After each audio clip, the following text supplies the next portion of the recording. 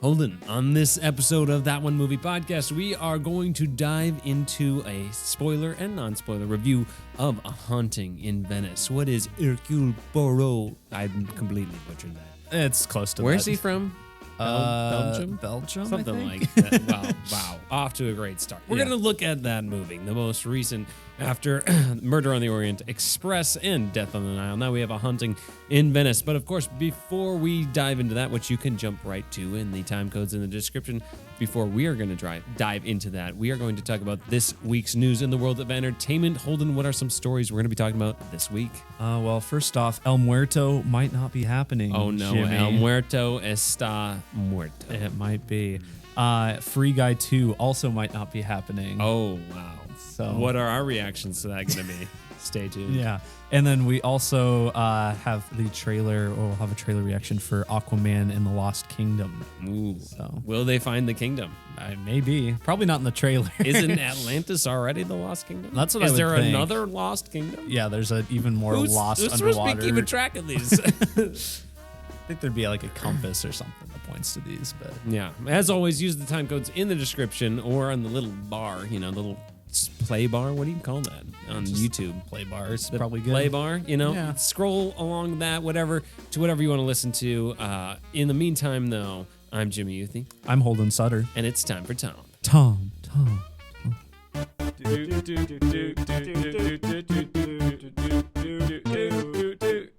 That One Movie Podcast.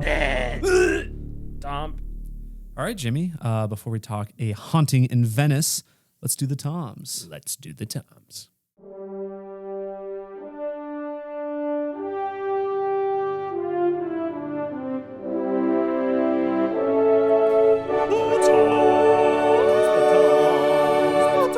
The Toms.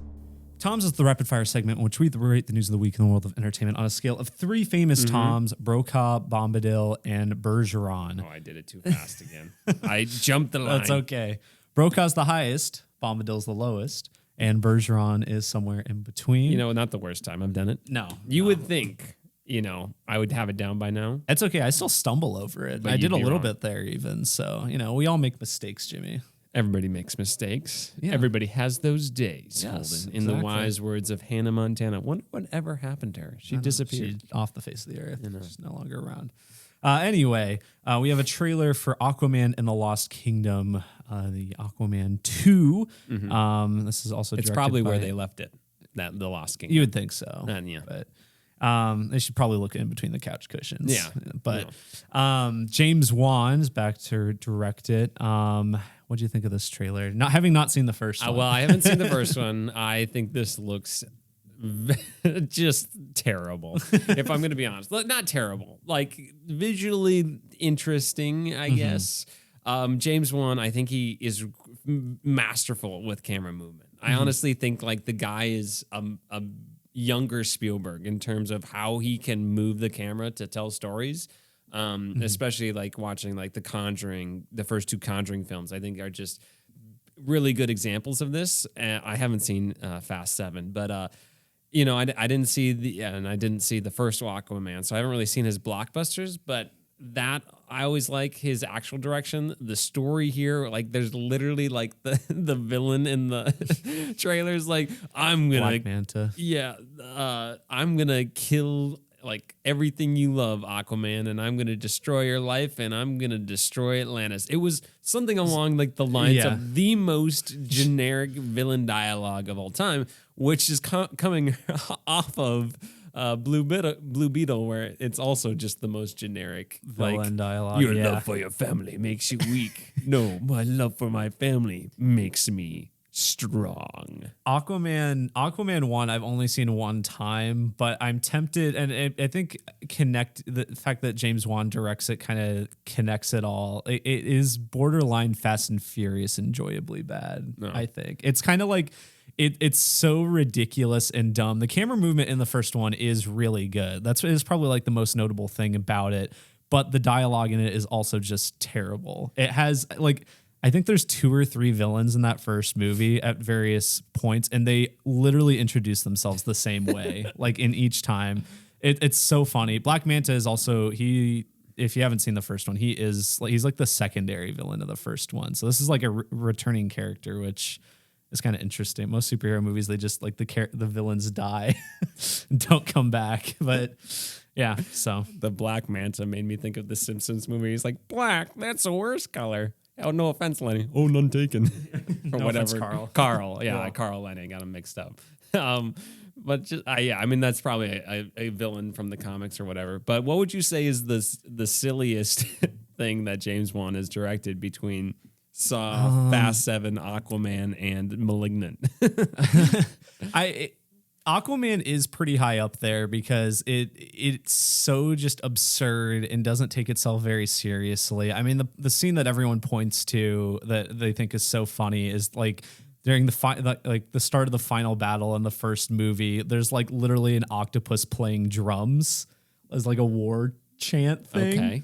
It's just so stupid, and I'm tempted to say Aquaman is the dumbest one. Wow. But Furious 7 is really stupid. So it's one of those two. Malignant's not even in the top two? No, I think both of Really? them are. I think both of those are dumber than Malignant. Really? Yeah. Wow. Malignant is one of the silliest movies I've ever It seen. is in my very life. silly. I think the thing The is last 30 minutes of Malignant is like some of the most hilarious thing I've ever seen on screen. I think that's part of it. Is like Malignant is mostly silly and like that last third or It's last concentrated, half. yeah. And I think the other two movies are a lot more throughout. So yeah, makes sense.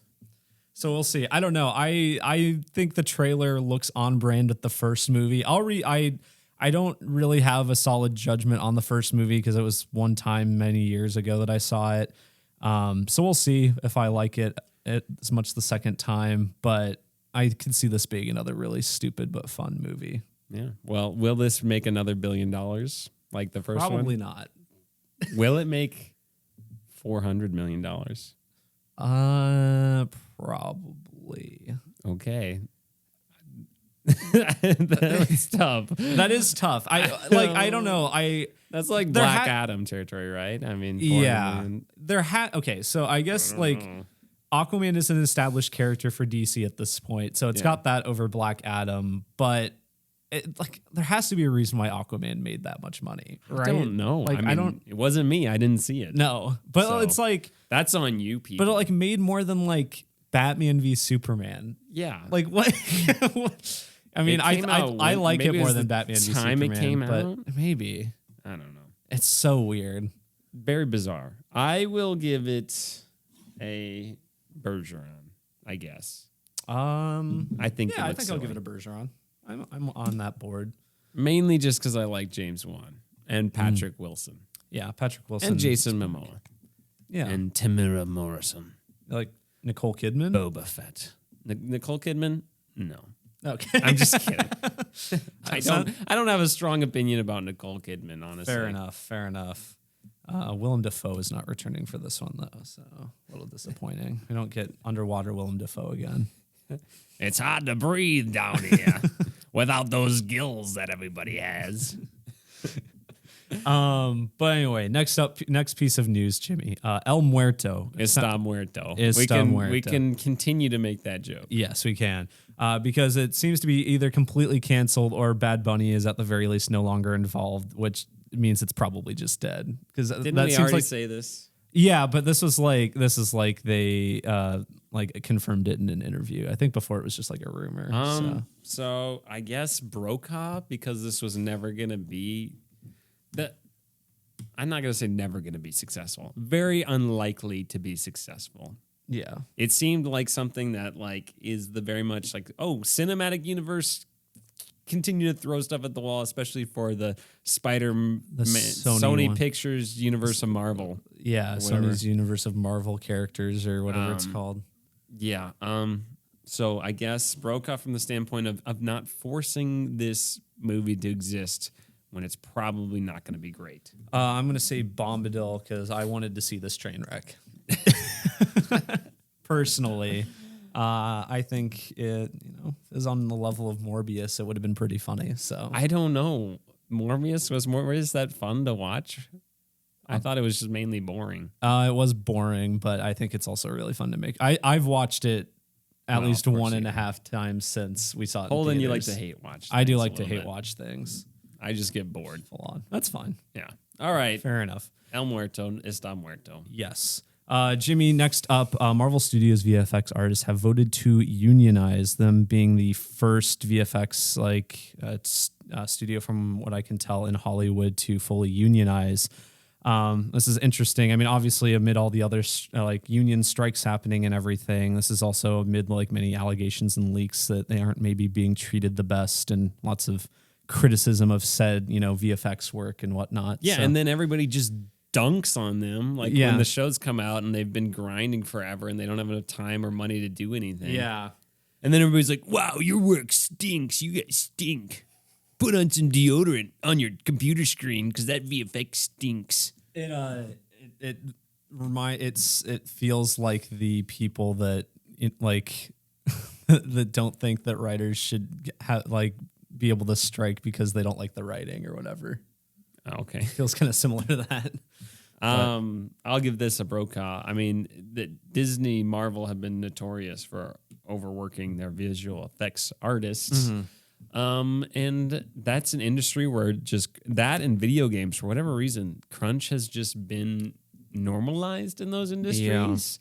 And good for them for unionizing, because it's not looking like these companies are just going to end it on their own. They're not going to take the ownership to end it themselves. So now this is what happens. And you're in the capitalist world. It's like, well, the workers are like, no. So here we are. Hopefully things get figured out and we can have a fair deal. And Disney can treat these employees more like human beings. Yeah. Instead of just means to an end of their Disney machine. Yeah, it's definitely a brokaw for me too. I mean, I think hopefully this will help maybe both. I mean, obviously we hope that this will help them, get better payment for their work and everything. But hopefully this will also just help better their work conditions. And I mean, maybe it's wishful thinking, but I would think that would leak into just, VFX looking better too if they are able to spend more time and getting better compensated. But yeah. The only crunch that should be in these VFX studios is the candy bar. That's what I say. Yeah. I'm not a big crunch fan. Yeah. I mean, both in workplace conditions and also the candy bar. I like crunch, bunch of crunch. Okay. Good. Yeah, that's not bad. Bunch of crunch That's is better than bunch the of bar, I crunch think. better than the bar. Yeah. Used to be a big crunch guy. As a kid, I loved crunch. What, crunch or crackle? I don't know. Crackle What's is Hershey Crunch. I'm not sure I've ever had crackle. Oh. Interesting. Yeah. Well, try it out. American candy. Yeah. Crackle not as widely known, but it comes in you get the variety. It's the regular Hershey milk chocolate, special dark, Mr. Good Bar, and then Crackle. Crackle's it's The red. red. Okay, Yeah, I red. have had that. Yeah. Yeah, I probably like Crackle more personally. Then Crunch. Yeah. I feel like it's like saltier or something. I don't know. Maybe peanutty. I don't know. Candy bars. What are we talking about? Video. VFX. I already gave it a brokaw. Yeah, we gave it a brokaw. So There we go. Cool. Free Guy 2. Free Guy 2. So it might not be happening, and apparently it's because of Barbie, which is yet another good thing Barbie has done. Okay. For those of the listeners who are not aware, we do not understand why people like the movie Free Guy. We think that movie is just the most corporate piece of trash that is just the most uninteresting. It's like nails on a chalkboard hearing Ryan Reynolds just playing a caricature of Ryan Reynolds in the most unfunny way possible. So if you and people know that I don't hate movies. That was one that just grinded my gears, really grinds my gears, to take a Peter Griffin line. So if you want to listen to an entertaining review, check out our one on the podcast. It's audio only before we started doing YouTube. Check out our Free Guy retrospective. It really felt good walking out of the theater, that one, and both of us just having the same opinion on it. And literally everybody else. Everyone. I have like not that movie. met someone else who didn't not only enjoy it, go out of their way to say, I really liked that movie.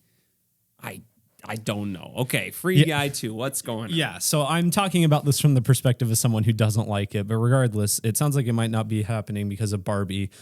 Sean Levy says that he and Ryan Reynolds almost had a fully developed script, but after Barbie successfully tackled the idea of a fictional character becoming self-aware, they're only going to make a sequel if they now have a really good idea and it's, quote, different from other movies.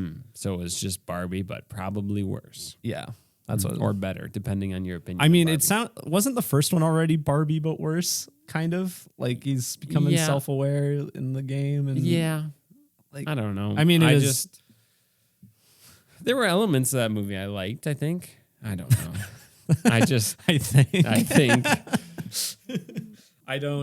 I really don't remember. I remember not giving it like a 1. I think I gave it like a 3, but I do not remember. I was rating movies back then. I think I probably said 3 or something. But I don't even remember anything I liked. Remember the cameo by Chris? No, not even him. Channing Tatum. Oh yeah, that's right. He was also in Bullet Train. Bullet Train, one of those. Yeah, he's been cameoing lately. Camoed. He's been camoed. Where'd he go? He blends right and disappears. Free Guy 2, not happening. It's a broke off from me. Broke off from me, Holden. Thank goodness, don't have to witness this. You know what? We would have talked about it on the podcast. Another movie I put into that category that people like, also starring Ryan Reynolds. And this is before I got sick of the Ryan Reynolds stick. The Hitman's Bodyguard. I never saw those. I hate that movie. Gary Oldman's in it.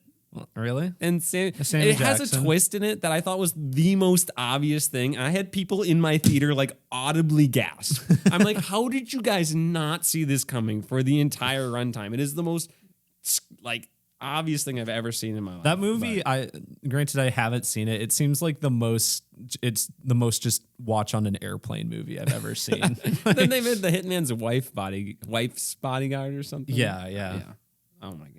Who cares? I don't get it. Maybe Ryan Reynolds is just so hit or miss for me. It must be the thing. I like him as Deadpool. I've liked some of his older things he's in where he's not quite. Proposal. Yeah, I like him in The Proposal. Very charming. Yeah, he's not just doing the Deadpool shtick in that movie. But yeah, it's just a lot of his more recent stuff is really grinding my gears. Really grinding my gears. Yeah, we'll see how Deadpool 3 is, if that'll leak into that or not. Sorry, Free Guy fans. Yeah. We know you exist. We are just we know we're the minority here. We will fight this one. Anyway, final piece of news I have is that apparently Paranormal Activity is being turned into a stage play. I've never seen any of them. I've seen the first one, but I don't think I could tell you a single thing about it aside from obviously it's filmed. I can't believe they haven't made more of those. I mean, they've made 1 million of them, right? Yeah. But they quit making them. Did they stop making money?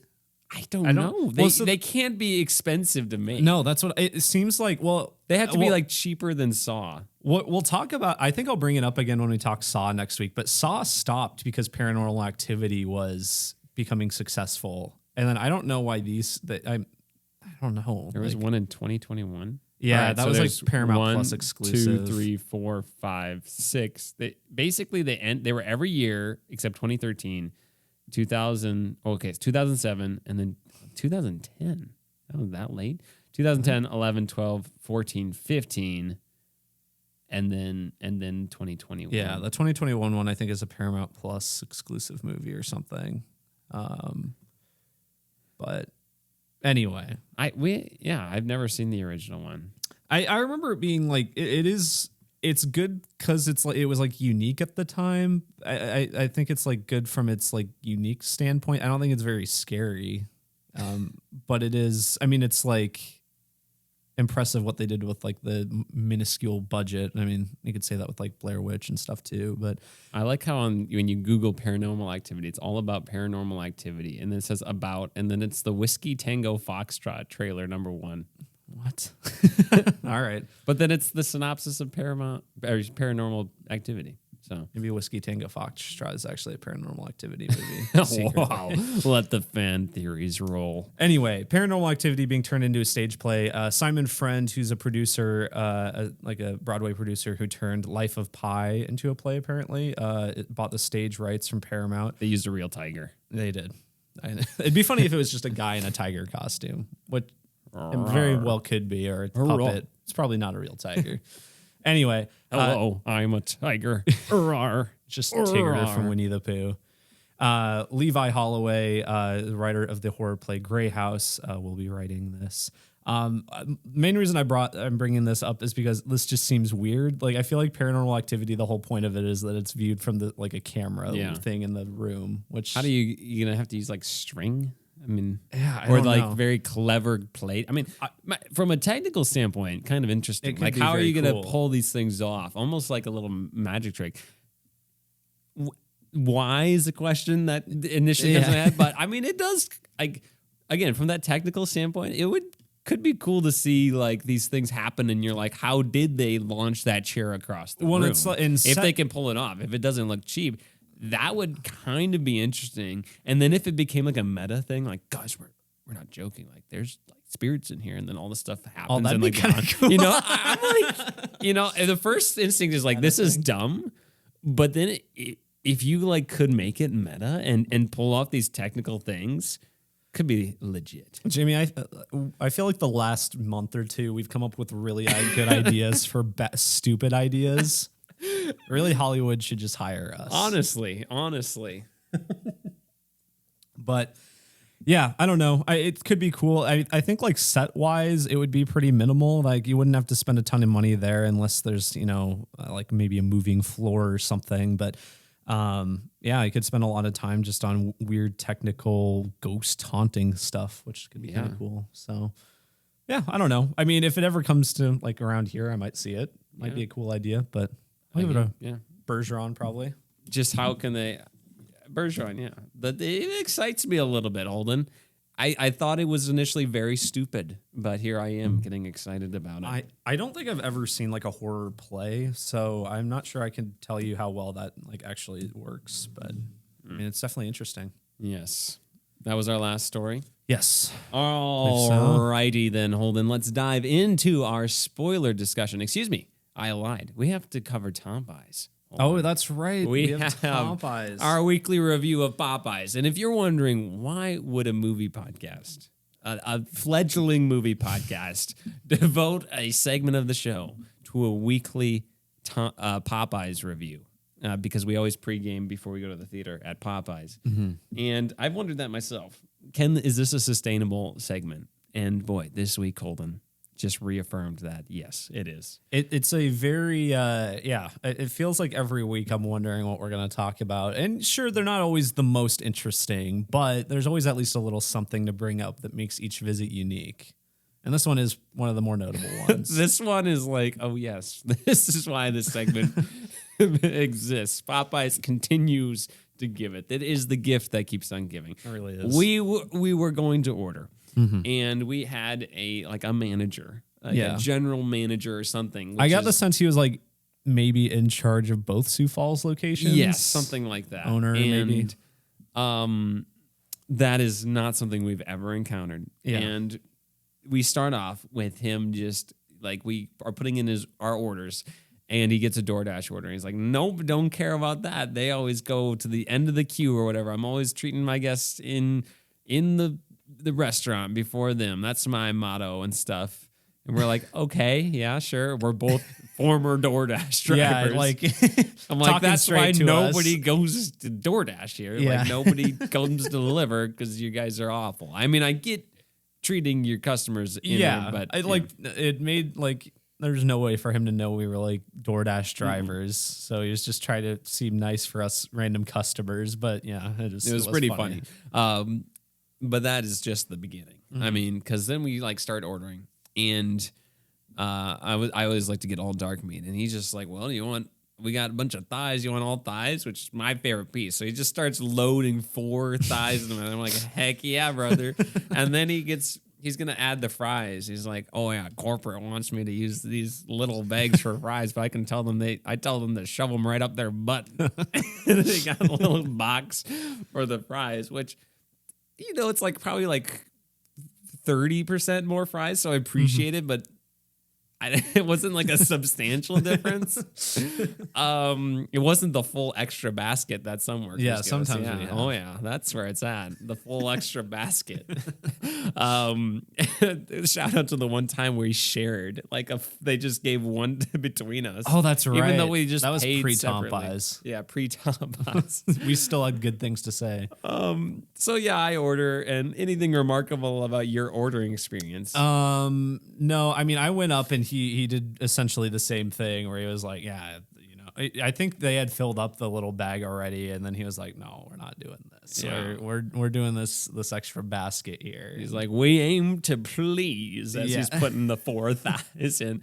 And that's just the beginning of this, because we sit down and we're hanging out, and he's just like comes over and checks in on how we're doing. But he like opens up his app, and it is like the inner workings of Popeyes app. And he's telling us about like, oh yeah, all these statistics that I don't know what they mean. He's like, we're at 20% labor, and this is this number, and like we've sold this much tonight, and that's pretty good. But now I got to go over and fire 5 people, but I can't do that because this other guy's getting trained in, so I got to wait for him. Yeah, and then I'm gonna fire all these people over here. And he's like showing us the inner workings of this Popeyes corporate app. Yeah, he was just unprompted. It was like TMI, but it was very funny. He was just like telling us about this other location where he's like, yeah, I know, training this new manager over there, but that location's not doing very well. So once the manager's hilarious. Like, this guy is just dunking on this other location, and we're just sitting here like, you realize how bad the customer service is here. Like, I don't think I've seen the same employee twice there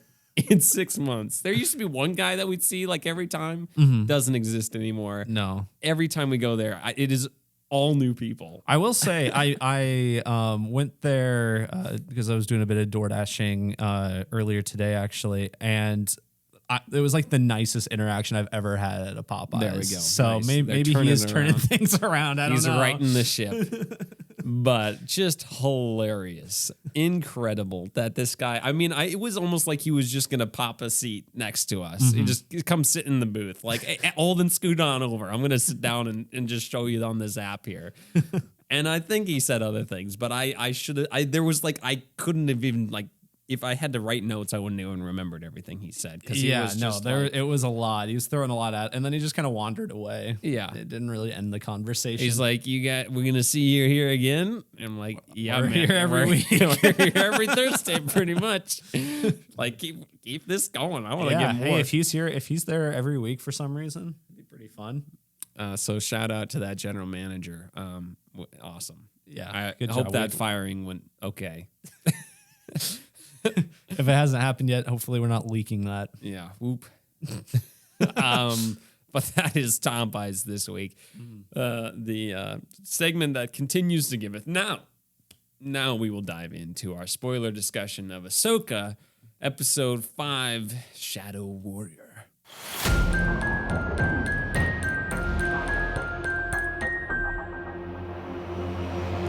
All right, Ahsoka episode 5, Shadow Warrior. Shadow Ninja, American Ninja Warrior. Shadow Warrior, named after the video game of the same name. Just kidding. I do want to play Shadow Warrior at some point. Apparently it's good. But anyway, Ahsoka. What do we have to say about this episode? It's so here's the thing. I've been hearing from a lot of people think this is the best one. And people think this is the best episode? Yeah, a lot of people do. I think it might have the highest IMDb rating too. Second best, I guess. I mean, that's not saying much. I don't think it's as good as the one before this one. But I think it is. I mean, like it is at least it is at least more interesting than the first three. Yeah, but I don't think it was as well directed. My big thing with this one is it's like I think. And my guess is why people like this one so much is like the first half, which I think the first half is pretty good. It's probably the best part of the episode. But then like when the whole vision stuff stops, I like hit pause and it was like halfway through the episode. I was like, what is there left to do? Like, why are we still going with this? And then the second half of the episode was really boring. Talking to the space whales took way too long. Oh my gosh. Oh my goodness. Like, cool moment. It did not need to take however long it did. Yeah. That was Yeah. Anyway, we can start from the start. Start from the beginning. Yes. So end of the last episode, obviously Ahsoka kind of died, but mostly went to this like afterlife thing. Hey, Snips. Yeah. Hey, Stumps. These stuffs. And so Hey, that's Ahsoka not wakes very up. nice. Ahsoka wakes up and finds Anakin. And Hayden Christensen, I think, is pretty good in this episode. Yeah, I do too. And I think he's doing a good job of balancing his Anakin with like Clone Wars Anakin. Like he is pulling off a lot of, which makes sense because that's what we associate Ahsoka with. So I think he is probably my favorite part of the episode, just his performance. But yeah, we get flashbacks with him and Ahsoka to a couple moments apparently from the series that are in live action, but just kind of vague, like very, very smoky, just a lot of people running in the background. Yeah. It's very hard to tell what's happening. Young Ahsoka, fun fact, is played by the girl from Barbie. Oh, really? And she's also young Gamora in Infinity War. So Wow. this is the second time she's played a young alien character in a Disney property. Wow. Good for her. Yeah. Yeah, I did not know that. The Anakin thing didn't fully work for me because, like, you're teaching her a lesson, but dude, you were Darth Vader. like you didn't address the elephant in the room. Like, I needed a moment where he was like, "Look, Ahsoka, I went to the deepest, darkest places, and I did so much stuff, and this is what I now know." Yeah. Having been to these places, and this is what I've learned. And it's just not that. It's just like, oh, I'm Anakin Skywalker. I'm your master, and I'm great and learn everything from me, which, yeah, I'm sure he was a good, like, you know, that relationship. But, like, why on earth would she listen to anything you've had to say? You literally became Space Stalin. Like, dude, like, that's where I'm like, not talking about the elephant in the room that you literally became Darth Vader. I mean, in the episode, there's like flashes of Vader. And that part, I don't know if it's supposed to, I'm not exactly sure what they were going for. Well, it's like so obviously like Jedi ghosts have always been kind of vague, right? Like Obi-Wan's that way in the original trilogy, Yoda's that way in like the sequel trilogy, and whatnot. But like, he's like not saying anything hardly. It feels like the message he's trying to impart on Ahsoka is like largely just assumed by her. And it's most like he's hardly leaving any breadcrumbs. It's like so unhelpful for the most part. And I don't know. I never to me, I never got the sense as a character that Anakin would be one to be so like cryptic. Yeah, personally. like he seems the opposite. Like Obi-Wan, just tell me.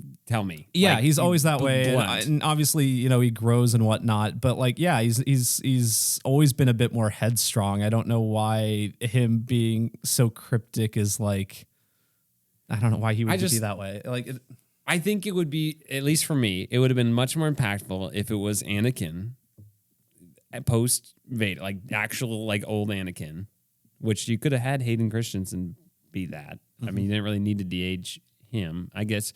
Whatever. That part doesn't really matter. But like, go back and go to these moments where he was teaching Ahsoka and be like, I was wrong, you know, and just be like, this is what I thought then, but now I see that, you know, it being a Jedi is more than being the soldier and stuff. I mean, he says that like in the visions, and I'm not sure if it's like tying directly into what he says in Clone Wars. I haven't seen all of Clone Wars. I can't remember, but I just think it would have been more impactful and cool because we haven't seen that Anakin Skywalker. Yeah. And I think it would be cool to see that character arrive at that place because we just barely at the end of Return of the Jedi see him kind of reconcile.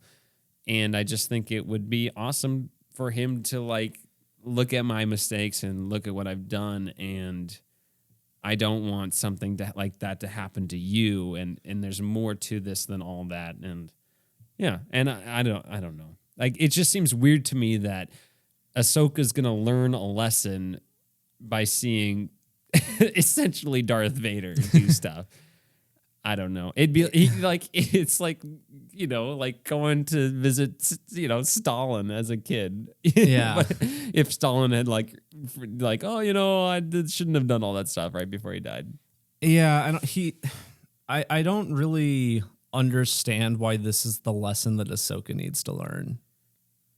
Like I understand that like she is like she's going after Thrawn. That's like her like main motivation, but I've never really got the sense that she's like bad at balancing like a soldier ideology with like that of the other aspects of being a Jedi, right? Yeah, that's the weird part to me as well, because she's at least as far as like what's shown in this show, I guess. Because she's been always one to question the Jedi, right? I mean, she literally leaves the Jedi. Mm-hmm. I don't know. And then maybe I'm just misinterpreting it, and that's like the whole thing is about rejecting Anakin's teachings and all that. I don't think that was it, though. No, I don't think so. I think she ultimately came away with what he wanted to impart on her, but I just don't fully understand why that lesson needed to be taught. And what would you say the lesson is? Like that there's more to her legacy than that of destruction. Yeah. I guess. But I've never got the sense that she was like at all conflicted about conflicted about that. So I don't. And that's what she needed to do to live? It seemed weird because it was like, you are more than the destruction. So like, you don't have to worry about your legacy, but also you need to live. Like you need to have the will to live. Like, I would honestly, like, I know it wouldn't work, like, in terms of, like, with Anakin and whatever, but I would be more okay with, like, Sabine learning this. Like, not that I've necessarily got that she's conflicted about that, but I could buy that as being part of her, like, being wishy-washy about wanting to become a Jedi, because Ahsoka just seems like she's got most everything figured out for most of the series so far. I don't know. It's bizarre. And I like the idea of like Ahsoka continuing to grow as well, and Anakin being able to teach her things. But I just like, I don't know. It just seemed very weird. Like it just didn't work for me. Like I really like the concept, and I mean it's awesome to see Hayden Christensen again. Yeah. I like the character of Anakin Skywalker. I like the character of Ahsoka. I like the arcs that they have, and this just is like, where is this going? And And again, maybe I just need to listen to. I have not listened to anybody's thoughts on this episode. So maybe I just need to listen to a review that can break it down and explain why this is brilliant writing by Dave Filoni, who assuredly understands these characters better than I ever will. That from my viewpoint, it didn't quite click for me, but I do think it was at least more interesting than a lot of things that have happened in the first half of the show. I was intrigued. And I mean, it was cool to see Hayden Christensen. You get a lot more lightsabers and whatnot. The little duels were pretty well done, I think. Yeah, it's interesting. So his lightsaber is red by the end of it. I think it's just because like they kind of go chronologically through some stuff. Yeah. So it's just like where he ends up. I think ultimately the flaw is in the writing of the character of Ahsoka in the previous episodes, right? Like I could see this working better if we had set up this stuff earlier. She doesn't seem that like, oh man, I've wasted my life. What have I done? I'm a failure. No, she's like just the calm, collected. Well, I want to save Ezra, but got to stop Thrawn. Yeah, she doesn't really seem too conflicted about even that. She seems to have all her ducks in a row, like dutiful. And it just was it was weird. And then maybe I just again need to just look be convinced at why it was good. Yeah, and I'm open to that. So if you have thoughts, comments, leave them in the comments below on YouTube, and we'd love to dive into them. Hera, to talk about other things. Hera's performance does not work for me at all. And I believe half of it is the dialogue and half of it is actual performance. I just like every line she says seems so scripted and wooden to me. It just is like, it is breaking the illusion. I am like couch directing this. I'm like, just have her like say the essence of the words. It's like I felt like she was like, okay, I need to say the exact line from the script, and it's like very informative all the time. And I'm just like, it seems like you're just reciting lines rather than actually saying these things as a character. And maybe that's just me as an adult looking too into Star Wars, and I mean a lot of Star Wars is that, right? But I just it's breaking the illusion. Is it a huge deal? No. But I just don't think it's great. Her writing feels very George Lucas prequel trilogy in a lot of ways. It just to me. feels not like actual spoken words. Yeah, and again, that's a long-standing Star Wars thing. Yeah, and which is weird because I do like the actress. I think she's very good in other things, but I think it is the script and the direction. Yeah, I mean, direction. I don't think these episodes that Dave Filoni has done have been that well directed. Unfortunately, because I'm cheering for him, but I honestly think the fourth one was by far the best directed one. I think it shows, and that's the only one that director's doing. What other ones has he directed so far? Dave Filoni. Yeah, I think the first two in this one, maybe. Okay, I'll double check that. Yeah, Hera is like the worst character in my book right now, just as someone who hasn't seen Rebels, because she just seems like she's there for like no reason. And she is like third build, so she's like one of the main characters, but even like especially where she ends up at the end of this episode, it's like she really doesn't serve much of a purpose in this show, I don't think.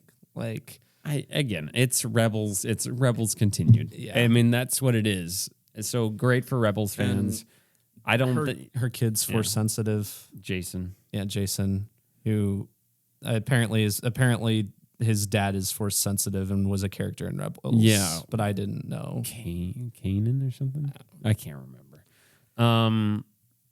Yes, Dave Filoni did the first episode and then this one. Those are the only two he's directing. Okay.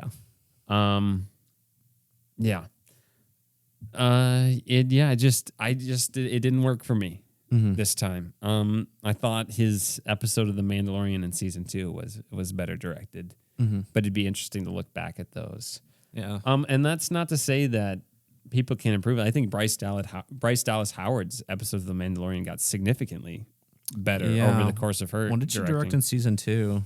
I cannot remember, but I just remember like the first couple. I'm like, oh, these are like the worst episodes in my opinion. Like, or like a step down in direction. Yeah, and then by the too. time it was like season 2 or whatever, I thought it was like, wow, these are working a lot better than the ones the previous season. So again, Dave Filoni, he's making the transition from animation to live action.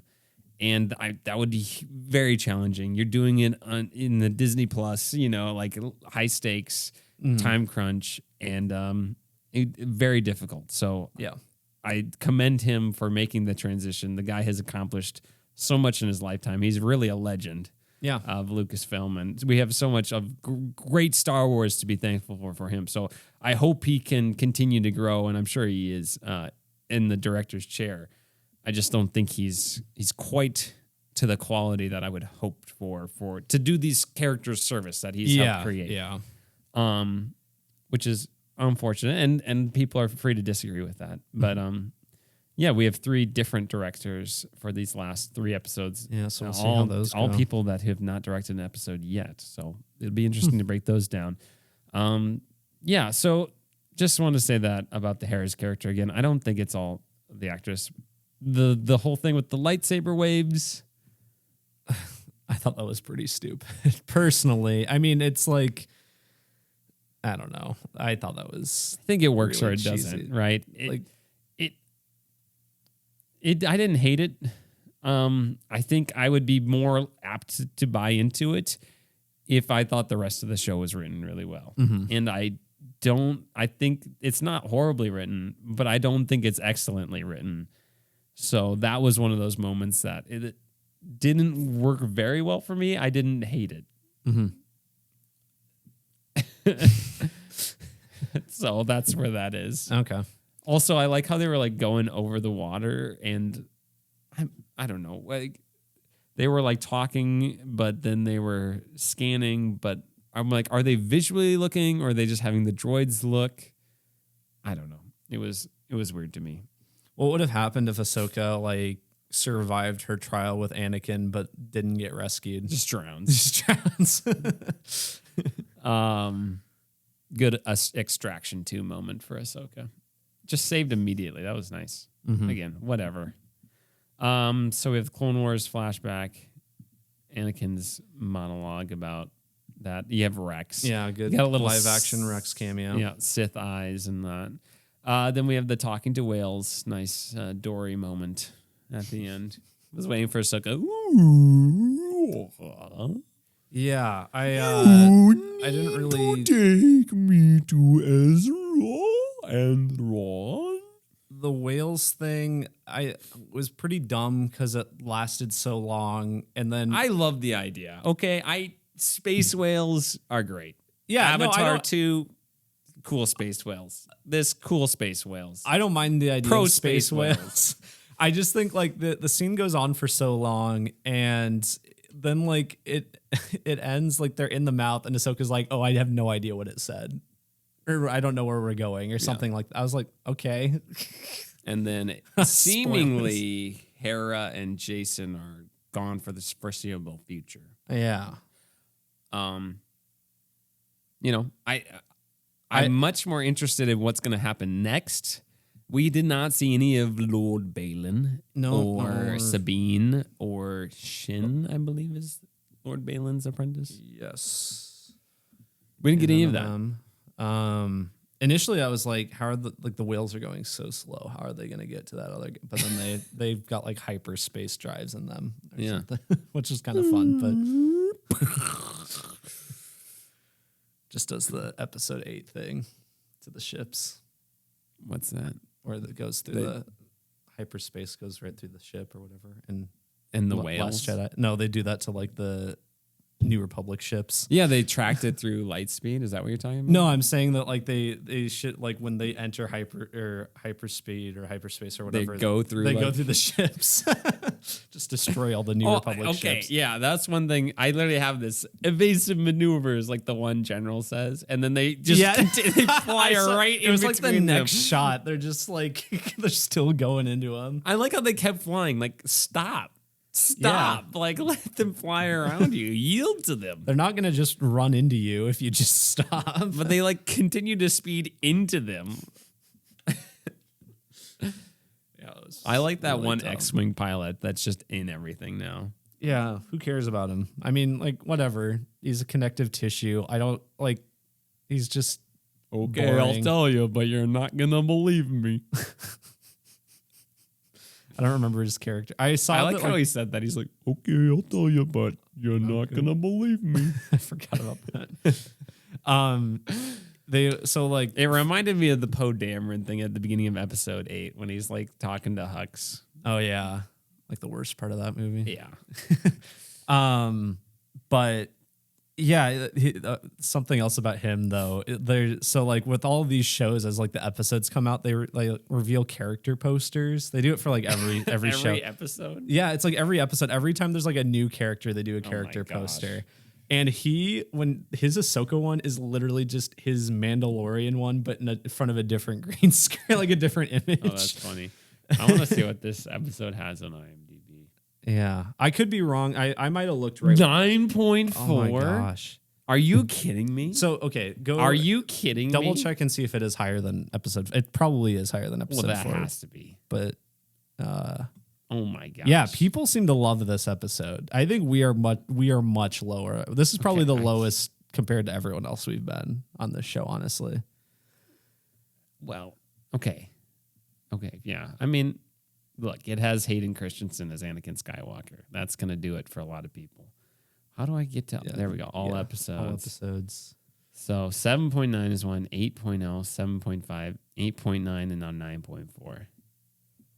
Well, I mean, people apparently like it more than we do. So I 100% think it is because the first half is maybe if you've seen Rebels, maybe the motivation for that makes sense and it's really good. I think the other, aside from the actual like message they're trying to give to Ahsoka. I think more like it's- Clone Wars, because Yeah, there's not Anakin. that's I mean, true. there is Anakin Ahsoka in Rebels, but I think this is more of a Clone Wars. Sure. tie-in. So if you've seen that, maybe it makes more sense. But Little I just, Siege of Mandalore. but I don't get like the second half of the episode is still there, and I don't I think it's cool. I just didn't think they it's- did it super well. Yeah. I don't get me wrong. Space whales, very cool, very grandiose, epic, majestic. Some of that worked for me, but just went on a little too long, in my opinion. Yeah, I agree. 9.4. Wow. Teach their own. I would not rated that, No, but me neither. again, this is not necessarily the show I wanted it to be. It's more of a Rebels tie-in. So there's that. I did want to bring up 1T Alpha left a comment, our friend Teague. So I wanted to dive into that just to see what he had to say. If my You don't have it phone will pulled let me up. swipe out of this, gee whiz. All right, so this was in our review last time.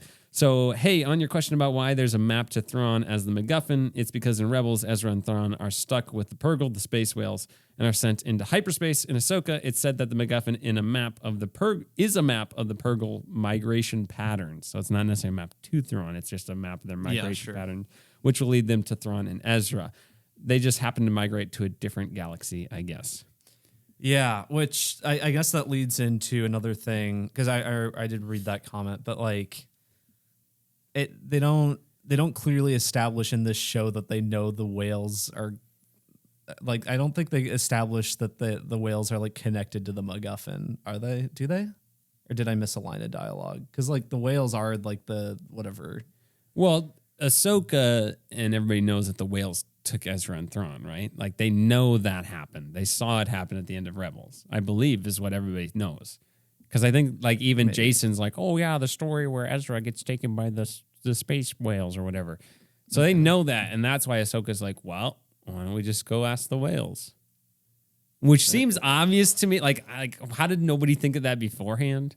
Yeah. Because I was kind of wondering that, but no, I don't know. I don't know. I feel like it's just another thing that wasn't properly set up in this series, but maybe set up in Rebels. I hope those space whales do some damage. Yeah, we still haven't gotten any space whale crashes yet. Dude, what if Thrawn's like, nah, man, I'm just enjoying retirement. Yeah, I'm out. What do you think the planet is like that they're going to? I hope it's really nice. I hope it's Camino. I hope Ezra and Thrawn are actually getting along now. Yeah. Hope they're friends. Like they're having to help each other. Do you think? Actually, I wonder. Wonder if like maybe the next episode, Bottle episode. Thrawn Thrawn and Ezra. and being Ezra. bros. Honest, no, like 100%. What if it's that? It's like them. What's been happening since Rebels?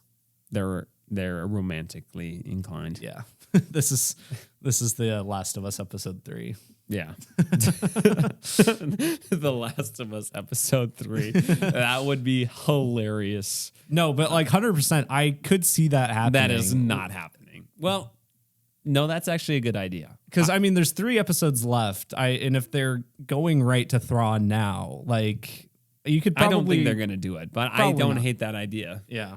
So I mean, as someone who hasn't seen Rebels, I think it might make me dislike this series more if they did, because I wouldn't know like what is happening? Yeah, what is happening? But I It's could like see the it part of happening. Ant-Man Quantumania with Kang and what's her name? Where they're just, Oh, yeah. like the little Yeah, backstory. Michelle Pfeiffer. Michelle Pfeiffer. Yeah. Her character, the name of her character, Yeah, Michelle Pfeiffer. and Ant-Man. That's what I got for Ahsoka Holden. I would say it's the second best episode to me. 100%, I agree. It's still just like I'm not as hot on it as everyone else is. And I mean, we'll probably just say it every week, but if you like Rebels, it's probably for you. And if you haven't, this then, is a spoiler review. So yeah. that's where we're at. So there we go. We'll be back next week with our next analysis of episode 6. Yes. All right, but in the meantime, Holden, there are mysteries to be solved. Murder, a haunting in Venice. All right, non-spoiler review coming at you right after this.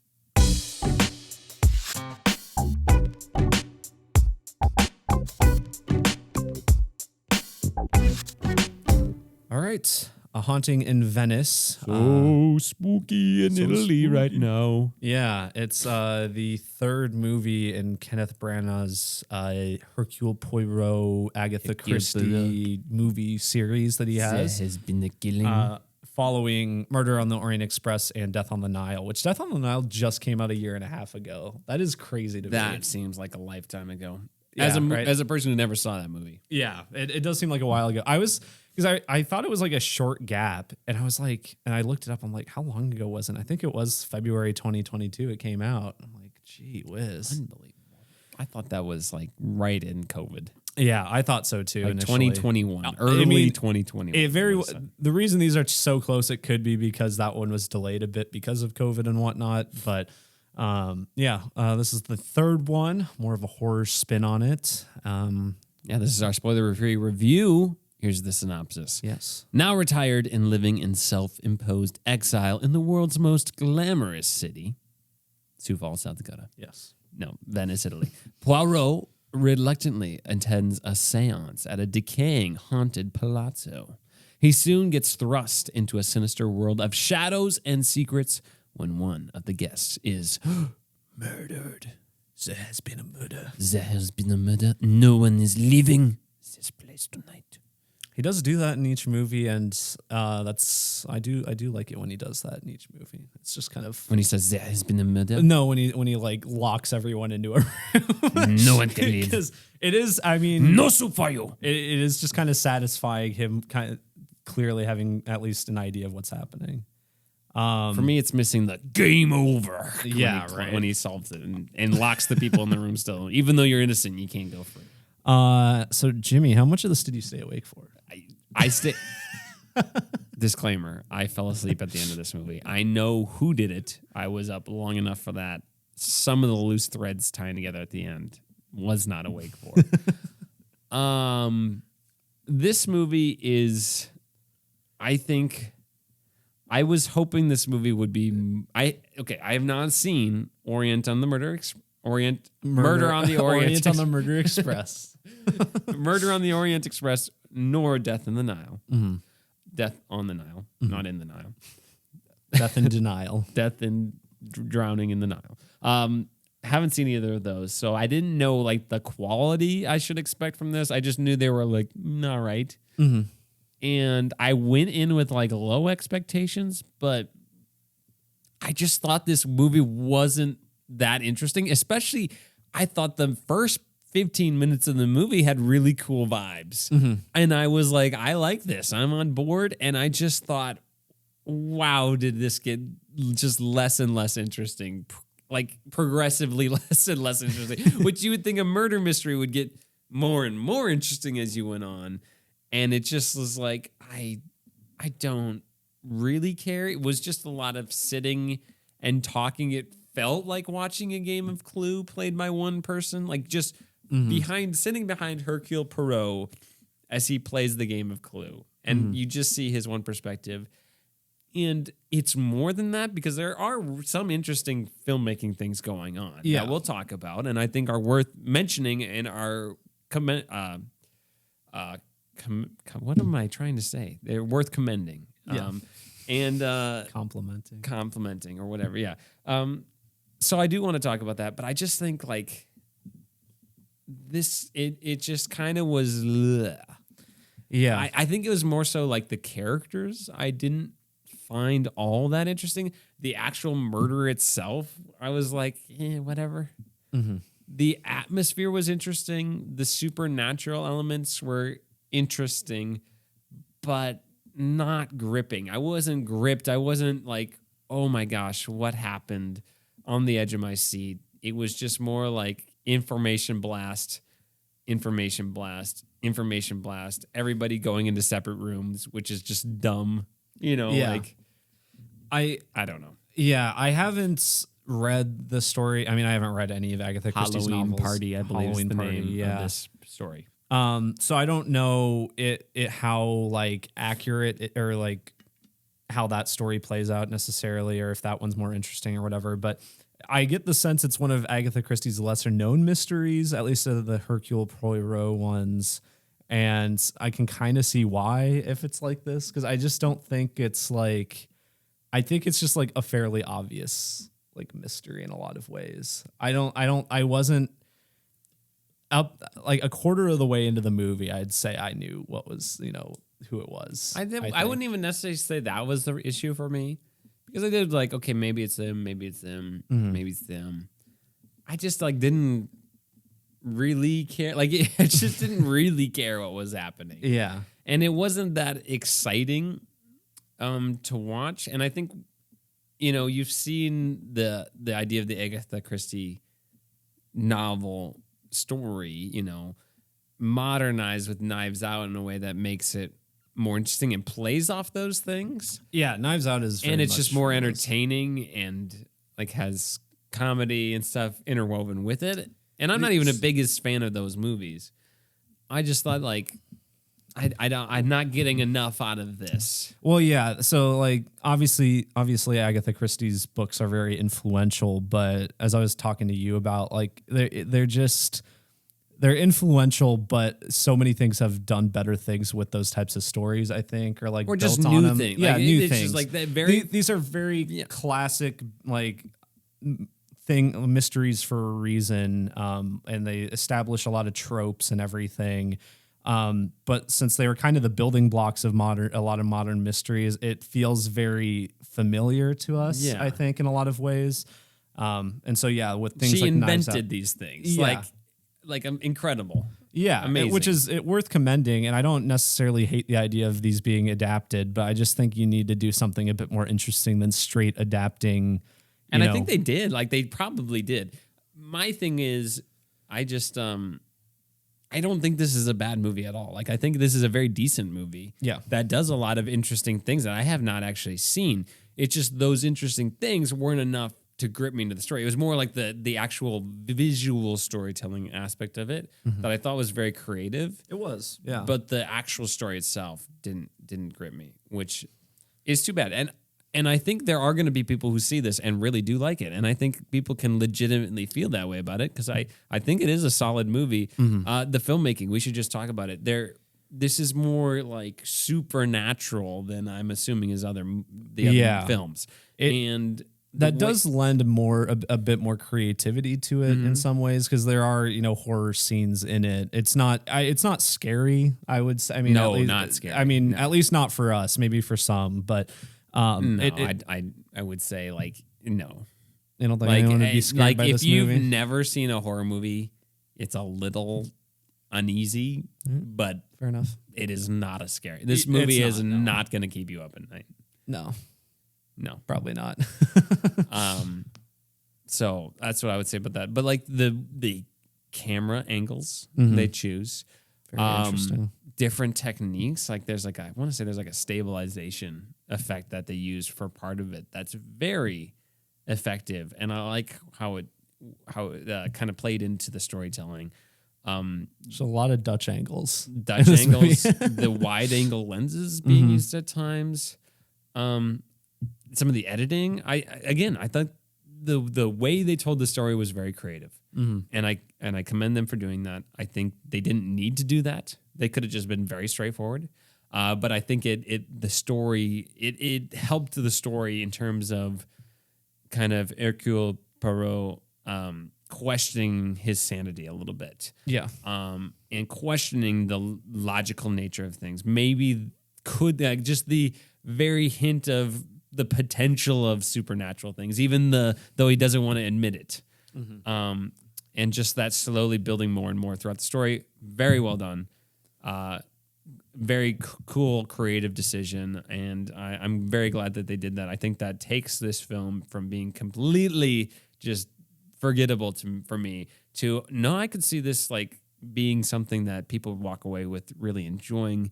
And I can see other people taking from these techniques and being inspired by them. Yeah. So nice job to the Kenneth Branagh and the director of photography for making those decisions. Yeah, and I think that feeds into just Kenneth Branagh has like a passion for these movies, which is very fun. I think he loves playing this character, and he's very good at it. Yeah. I think he's really good as the character. He's good in the other two movies too. That lends into his direction too. I think they're just very creative in that way. But all the performances in this are pretty good, I'd say. I don't think I really have any problem with anyone in it. Tina Fey's solid. Yeah, Tina Fey was kind good. of like the main side character, I would say. Yeah, she's like an Agatha Christie self-insert. Yeah, kind of. She is. But I think that was a cool thing. I liked that. Apparently, she is like a reoccurring character in the books too, as kind of one of his friends. So, but this is the first movie she's been in. This character. Just wanted to shout out Harris Zambralukos, the cinematographer. Oh, okay. Just for the creativity there. We had the kid and dad from Belfast, both in this as a kid and dad again. Yeah, Jamie Dornan and Jude Hill. The kid was good. Mm-hmm. Yeah, he was solid kid actor. I think he played his part really well. Again, my favorite part of the movie is the beginning, where it's this like Halloween party in this palazzo. Mm-hmm. These kids, there's like a puppet show. Yeah, which the was puppet great. show looked really good. The puppet show looks great. It looks really good. Mm-hmm. It's kind of like the style of in Harry Potter, the Deathly Hallows, like the three Hallows, kind of that style. Puppets. But yeah, really good. That part was like the most unsettling, I would say. And just the whole party was really well shot and lit, and the vibes of it were on point. I was like, this is good. Mm-hmm. I like this. Yeah. And there are a lot of things I have to say that are like, I like this. And again, it's just like, I lost interest with everything else. I liked the seance scene. I thought that was pretty fun. Pretty well done. Creative in some ways, I think, with Michelle Yeoh, who does a great job in this movie. I don't remember the score at all, to be honest with you. How was the score for you? Score, I remember there was like a song at the beginning of the movie that I thought was going to be like the theme of the movie, and I'm like, this is a pretty good piece, and if this keeps coming back, I'm going to be excited. And then it just didn't come back. So there's at least one song I liked towards the beginning of the movie, but other than that, I don't really remember it. Which is more of a good thing than a bad thing, I would say. It just wasn't distracting. Not distracting in a bad way. So for me, this movie's for if you are a huge Agatha Christie fan. Like, I think this is going to deliver for you. If you I don't know the other two. Yeah, certainly if you like the other two. But for me, as someone who is like excited by the idea of a murder mystery, a whodunit, it didn't quite do it for me. Yeah, and I don't know if it was just the day. It could have been like I could have really enjoyed this movie on a different day, but I don't know. I think even if you're like, it sounds interesting to you, I think there's enough there that you will at least be entertained and be like, oh, that was visually interesting in the Halloween stuff. And so maybe if you're like looking for something to watch on Halloween this year, and you're not the biggest Saw person or Five Nights at Freddy, like you don't want to watch the prototypical horror movie, but you still want like the Halloween vibe thing. I think this is a really good choice because I think this is like it literally takes place in Halloween. Yeah, so. a more palatable for kind of an audience an alternative for an audience that doesn't like a traditional horror movie. It's got the Halloween vibes, murder mystery. Maybe this would be like for my wife's parents. This would be a good movie for them to watch on Halloween. They would like this, get into Agatha Christie, so maybe I'll recommend it for them. Mm-hmm. But I like this movie more than I actually enjoyed watching it, which is a weird thing to say. No, I get but that, it's though. true. I'm probably since I have seen the other two, I liked this more than Death on the Nile. I'm torn whether I haven't seen Murder on the Orient Express in a long time. I just think the mystery in that one is more interesting. I also think like that it's one on a train. Yeah, it's on a train. Always good. That one also, just the cast is like really like impressive in that movie. A lot of really great actors in that one. Oh, jeez, guys. I'm Josh Gad. Oh, that's right. He is in that movie. Willem Dafoe's also in that movie. But someone got murdered on this train. So I don't know which one I like more. All of them are like at the very most like just solid, like fine movies. I think this is probably like a 6 out of 10. I think for me. Okay. Like nothing great. I I didn't fall asleep, but it wasn't the most interesting towards the middle. I would agree. Like I said, I figured out the mystery pretty early on, and even though the details I didn't quite have all figured out, and the reveals of that later were interesting. When he was trying to figure out the mystery, just eliminating suspects, I'm like, yep, I'm right. I'm right. All right. Well, there you go. Let's dive into our spoiler discussion. Again, for Haunting in Venice, if you have not seen it and you wish to see it before we talk about spoilers, use those time codes in the description to jump to our final segment, which of course is What Are You Doing? If you did see Haunting in Venice, please comment below what were your thoughts. Why are we wrong? Why are we wrong? Let us know. And we can start that discussion and reply next week. All right. There we go. It'd be kind of fun to have a little Q&A going on with your comments, be able to talk about it. Get you to listen to the next episode, too. If Saw 5 through Jigsaw wasn't enough for you. Yeah. Which it should be, darn it. Should be. That's going to be a lot. All right. Spoiler discussion of A Haunting in Venice.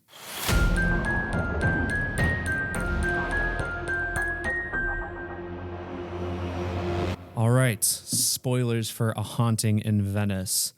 So I was thinking during non-spoilers, I think one of my bigger problems with this movie compared to the first two is I felt like and one of the reasons I think I figured it out so early was I didn't feel like every suspect had like reasonable motivation.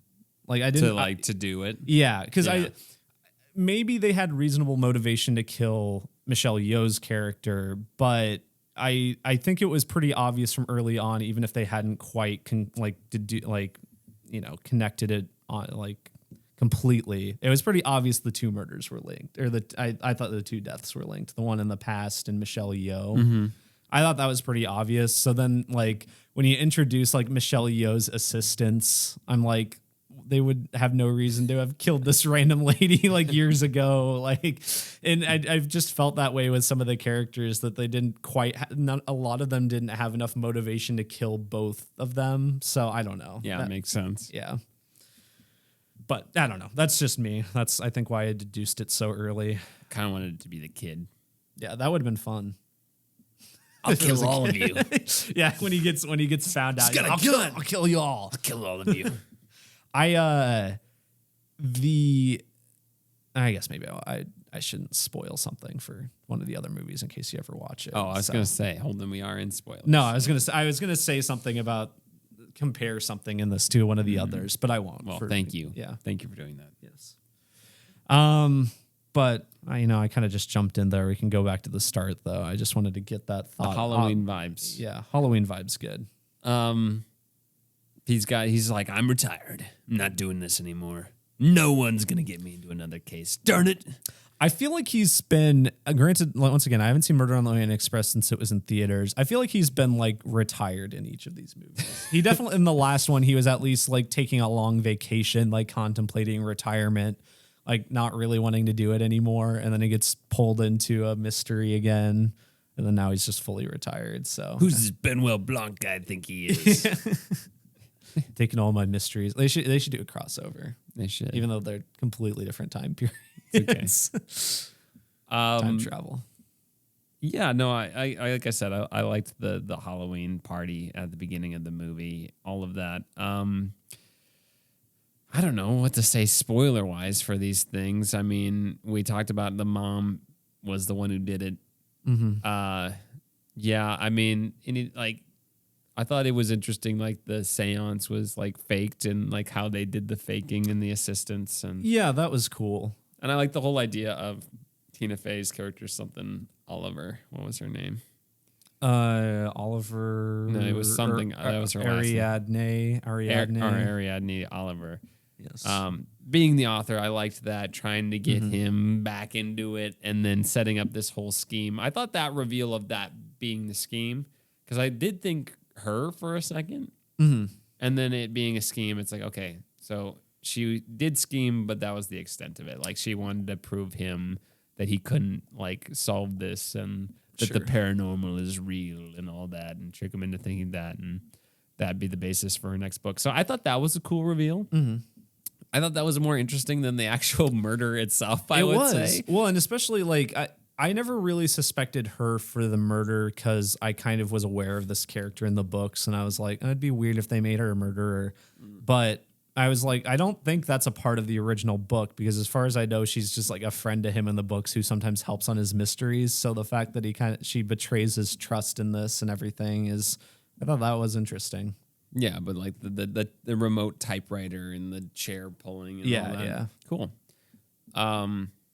I forget. How did they explain her doing the voice? Just an impression. Maybe it was just an impression. Maybe it was real. Maybe. One thing I thought was silly is how did she get impaled on that dull hand? That was pretty silly. Like it was. That would not happen, right? How fast you would have to be falling at terminal velocity. Well, and I like think. And even then, I'm not. Granted, we didn't really I don't think we got a good look at the wound, but it just like obviously the hand is bigger than the arm. It just kind of seemed like the wound was as big around as the the arm. hand was like this, right? Was Something it? like that. I And can't then remember. it's just like I wasn't sure if it was palm out. it wasn't like a spike. Like Yeah, no. it was just like the dull fingertips. I'm like, that's not sharp. Mm-hmm. I just don't understand how someone gets impaled on that. I don't either. That doesn't make any sense. And it wasn't that hostile. Like she No, fell from like what, the third floor or something? Yeah, I mean, how many stories was it? Like 4 maybe at most? And even if she was like, at the top, like you would like break your back. Like if Yeah. she broke her back and died from her back being broken. yeah. But I don't think you'd get impaled on that hand. Even if you push someone out, like that's not a guaranteed death. No. And I would know. Yeah. Yeah. You would. Yeah. No, that didn't make much sense. And then Poirot gets attacked in the apple Yeah. bowl. But not enough. Well, it was revealed that it was they thought he was Michelle Yeoh's character. Yes. Right? That was the whole thing. And then it's like, whoopsie doopsie. Which I actually, for some reason, I didn't pick up on that they thought that she thought that he was Michelle Yeoh because of the mask. I don't know why I didn't realize that. Yeah. But I don't like you just attack him, and it's like the detective. Like, why wouldn't you just kill him? Yeah. Like I know you're not wanting to leave like a huge body count, but you're attacking like the world's greatest detective, like who's obviously going to get involved now because you've made it personal behind Batman. Yeah, Okay. of course. All right. But yeah, you're attacking this detective who's obviously now going to get involved because it's like personal now, or he feels it is. So yeah, Dude, there's got to be a good Batman murder mystery. Who done it out there? There's got to be, right? probably. A Batman who done it, like a one night. I feel like that's. I mean, the Batman is like about as close as we've gotten, Yeah. movie wise. But yeah, I feel like there's got to be like a who done it, like just Probably. one location Batman story. If not, I'm sure. like, yeah, there That'd be we good. go. There There's you go. another idea for you. $1 million idea. Hollywood. We'll take like 1% of the royalties. Yeah, You can have that be one. quite a bit still. Yeah, it would. We'll even split the 1%. Yeah. I mean, we're flexible. What else do you want to talk about here? Any like this, like the dad is told to kill himself because she's gonna kill the son. Yeah, He doesn't. So the mom thinks that the dad has been blackmailing her because the dad did the autopsy on the girl, and That's so right. she thinks that he found the poison in it and has been blackmailing her. And so she calls him in the room and is like, hey, I know you've been blackmailing me. If you don't kill yourself, I'm going to hurt your son or whatever. And then, yeah, that's why he dies. He's like traumatized because of the war. I forget why did she want to kill her daughter again? Like this is the part where I was okay, like so falling. It's like yeah, the why. So I got the what and the how. It's all I very forgot it's the very why. complicated, and I might not remember all the details, but like, so she wants to kill the daughter because the daughter was going to go off. At the marry the guy. And marry the one guy. And yeah, and then the mom ended up like lying to the daughter to have what was it? Did the mom lie? The mom either lied to the daughter or threatened the fiance. Yeah, why So- did they break up again? I can't remember. I don't. It probably doesn't say in here. I don't remember. Regardless, I think she threatened. Oh, no. Okay, here's what it is. I'm sorry. I'm like thinking through this. No, he broke up with her because he knew that the mom was like crazy and they were like joined at the hip essentially. And like he loved the daughter and like really did genuinely. Oh yeah, he's like you married the family. Yeah. So that was his reasoning. And then when the daughter comes back and lives with the mom, then that's when the mom starts poisoning her with the psychedelic honey thing from those poisonous flowers. Which that was cool. I like that. That was cool. And then the one night that the mom leaves and the daughter's having like a panic attack, the housekeeper tries to calm her down with honey tea, which she unknowingly like overdoses her kind of, and then she falls out and everything. So I thought I like the plot. That whole murder plot was very interesting, especially since that was like an accident and everything, and them trying to cover it up. But for me, like the characters themselves, like in the story, that weren't that fascinating to watch and see Hercule Poirot interact with them. Yeah, I agree. Aside from him, like you have, I think like the dad doctor was one of the better ones, but even still, he didn't get he goes and sleeps. Pretty quickly. He sleeps a lot. He's traumatized because he liberated a concentration camp. So like the war kind of messed him up, and I think he attempted suicide, if I remember correctly. And he lost his license and everything. And so there's interesting things going on there. But once again, he sleeps for a lot of the movie, and unfortunately doesn't get a lot of unfortunately, so did I. Yeah. just like towards the end, 10 minutes towards the end, that was in and out. There was the bodyguard character that didn't really do much. That's right. He's the villain from John Wick 2. There was the bodyguard who had to watch the other guy too. Remember, they're like, you guard the door and then you watch him guarding the door. Oh yeah, that's right. Yeah. All right. There were the two assistants to Michelle Yeoh, which were probably my least favorite characters. Yeah. I thought they were the most pointless. They were trying to get to Missouri because they'd seen the music in St. Louis. In St. Louis. Yeah. Yeah. That was interesting. So the boy, he like falls out of the chimney. I swear he has like one shot where he's on screen before the murder happens. I think he is on screen like once, maybe twice before the murder. Because he fell down and then the seance continued or whatever. I was like, where is this character in the scene? He's not showing up again. And they may have cut to him once. And then maybe they're just trying to get you to think it was him. Maybe. I don't know. But I don't know. Is there that much to say about this that we have not already said? That's where I'm at. I mean, I guess at the end, it turns out that the boy was the one blackmailing the mom. Which I like that. I like that twist to an extent, but I get that the boy is smart, but I also don't know, like, why would he notice something in a medical report his dad doesn't? Mm-hmm. I don't totally get that. It's not like we've seen him reading medical textbooks. He just reads Edgar Allan Poe. So I don't know. That seems a little weird, but I don't know.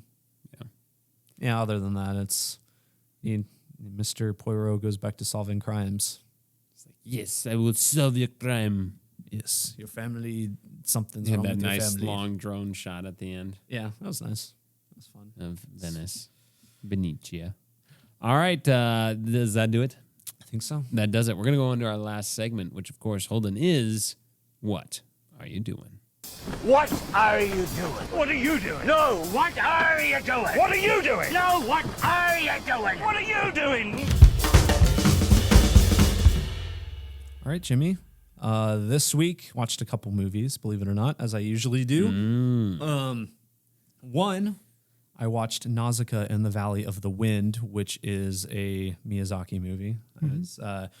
I'm just watching a bunch of those, I guess, now. I think it's his second full-length movie he made, and I think it's technically pre-Ghibli, but they like own it now or whatever. It doesn't, sure. But it's really good. And it's based off of apparently a manga that Miyazaki had written and drawn like beforehand or whatever.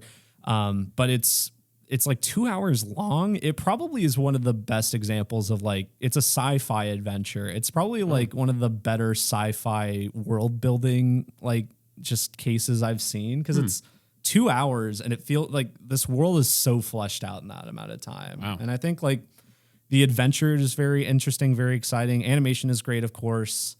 I really like the characters. His world building, I think, is one of his strengths. I mean, Spirited Away, like the world that they develop is so and that's unique. true. I guess he usually feeds more into like fantasy or whatever, mythology. So this was a bit different. It is sci-fi through and through. It's like post-apocalyptic Earth. There's like giant insects and poisonous forests and stuff. It's pretty cool. I quite like it. Yeah, and the English dub, as most Ghibli movies are, it's quite good. So, yeah, recommend that one if you haven't seen it. And then the other big movie I watched this week, I was in Lincoln visiting my parents, so I saw they were showing Bottoms in theaters. Bottoms, what's that one? That's it came out. It's like a teen comedy. It just came out end of August. They haven't shown it anywhere here. I was kind of disappointed. I don't know if you've seen anything. I'm not familiar with this. Okay. It's directed by the director of Shiva Baby, which I've talked about on the podcast before. It was a movie I quite like, so I was kind of on the lookout for it. And they're showing it at one of the theaters in Lincoln. I loved it. It was hilarious. Maybe the funniest movie of the year. Wow. I think you would really like it, Jimmy. It is. It is so it's like under the guise of a high school movie, and it is, but it's incredible. It's an incredibly surreal, like high school movie. Like everything. It doesn't. It's not really set in our reality. There's like weird things where like there's. I'm trying to think of like an example without giving away one of the best ones. Like the football team is obviously very popular as like in these movies. In the lunchroom, like they all sit around behind this like big painting of like, it's like the Adam and God painting, but the creation of man. The creation of man. But the quarterback is Adam in the painting. It's just this big wall like painting.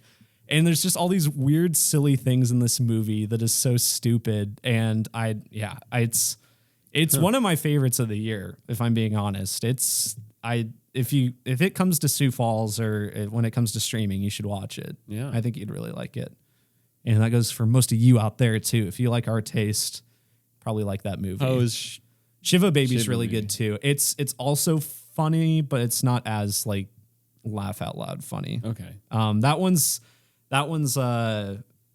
I don't know how to describe that movie. It's pretty short. Like you can see there, it's an hour 20, I think. Yeah. It's on HBO. And I probably like Bottoms a little bit more, but they're both quite good. Both starring Rachel Sennett from Bodies, Bodies, Bodies. Huh. Well, there you go. But yeah. And then otherwise, new season of Harley Quinn finished. It was good. I've started watching the new season of What We Do in the Shadows, which is probably the best season since maybe the first. It's very funny so far. And game-wise, I finished Miles Morales. I think I liked it more the second time. I remember I was never as hard on the story as like I think you and some other people were. I don't remember being hard on the story. Maybe it's just like in comparison to the main game or something. I don't remember. I don't know. I feel like I feel like I just like it more the second time. But more excitingly, I started playing Returnal. How's that? Really good. I like it a lot so far. Yeah. I borrowed it from my brother who got it, I think, for Christmas last year. And I started it, and it is really hard, but it is really fun. It's roguelike, procedurally generated, so like the biomes, they have set rooms, but the order that they're kind of presented in is very interesting. If you die, you have to start from the beginning of the game again. So yeah, time loop kind of stuff. Story, it's very background kind of thing. I'm curious to kind of see what they're doing with our main character, because it seems like they're setting up interesting things, but I don't really know. But the gameplay is a lot of fun. It's very fast and actiony shooter, very satisfying to get good at too, which I think is key to those types of games. So getting pretty okay at it, but I'm still less than halfway.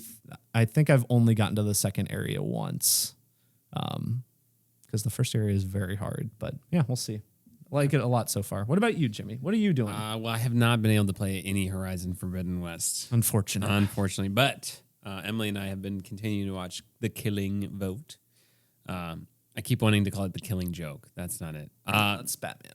Very interesting. I would recommend it on Amazon Prime. It's still coming out. It's getting good reviews. It's like there's a little bit of like just a quirk to it, just because I don't know if it's just like a Korean style thing, but it's pretty. There's like some moments of levity, but the story is very interesting, and there's a couple characters that are really intriguing. The main kind of detective guy is interesting because he's a very gray character, but then there's this other character called the Professor, who's very interesting as well. And the more you like learn about his story, he's a very great character as well. And then you just kind of have kind of lighthearted, fun people, and the whole the social commentary of it is also intriguing. So, very, very entertaining. The episodes are 70 minutes. I think they're all like 70 minutes. There's gonna be 12. I think they've done 6 so far. And I think we've watched 4 or 5. I think we're in the 4th one, I want to say. Yeah, I would recommend it. Very interesting to watch. I also, in preparation for next week, watched Saw 5 and 6, and I am so excited to talk about them. So the previous Saw episode that we did, the retrospective 1 through 4, one of my favorite episodes we've ever done. Honestly, one of the most fun episodes. Some of the most fun I've had on this podcast. So very excited for next week when we do 5, 6, the final chapter 7, and Jigsaw. Of course, we already did Spiral, which is in our audio back catalog on all listening platforms, not on YouTube, sadly. Yes. But yeah, and that's all in preparation for Saw X, which is just 2 weeks away. Can't wait. So excited. All right. Yes. So yeah, there we go. Otherwise, Holden, that's all I got. Yeah. All right. So as you said, next week, Saw 5 through 8 retrospective, and we'll also do Ahsoka episode 6. And if you want to leave us a request, you can do so by leaving us a 5-star review on iTunes, or email us at TOMPpodcast@gmail.com, or donate to our Patreon. And I think that's it. Yeah, sweet. Leave us a comment below. We'll talk about it. I think I saw one about like we should make videos that were like under 10 minutes, and that would be great. Except we both work a lot, and this is like we appreciate that. Like you wish we had a bigger following, but honestly, we just like do this for fun. So if we have a following, great. If we don't, we just do it for fun and for the Popeyes. Yeah. We'll see if I ever eventually make a video that I plan on making. Yeah, well, Holden's been working on like 2 videos for the last 5 years. Yeah, so longer than we've been doing the podcast, apparently. But we'll see you guys next time when we talk about Saw 5 through 8. In the meantime, adios, pantalones. Love you.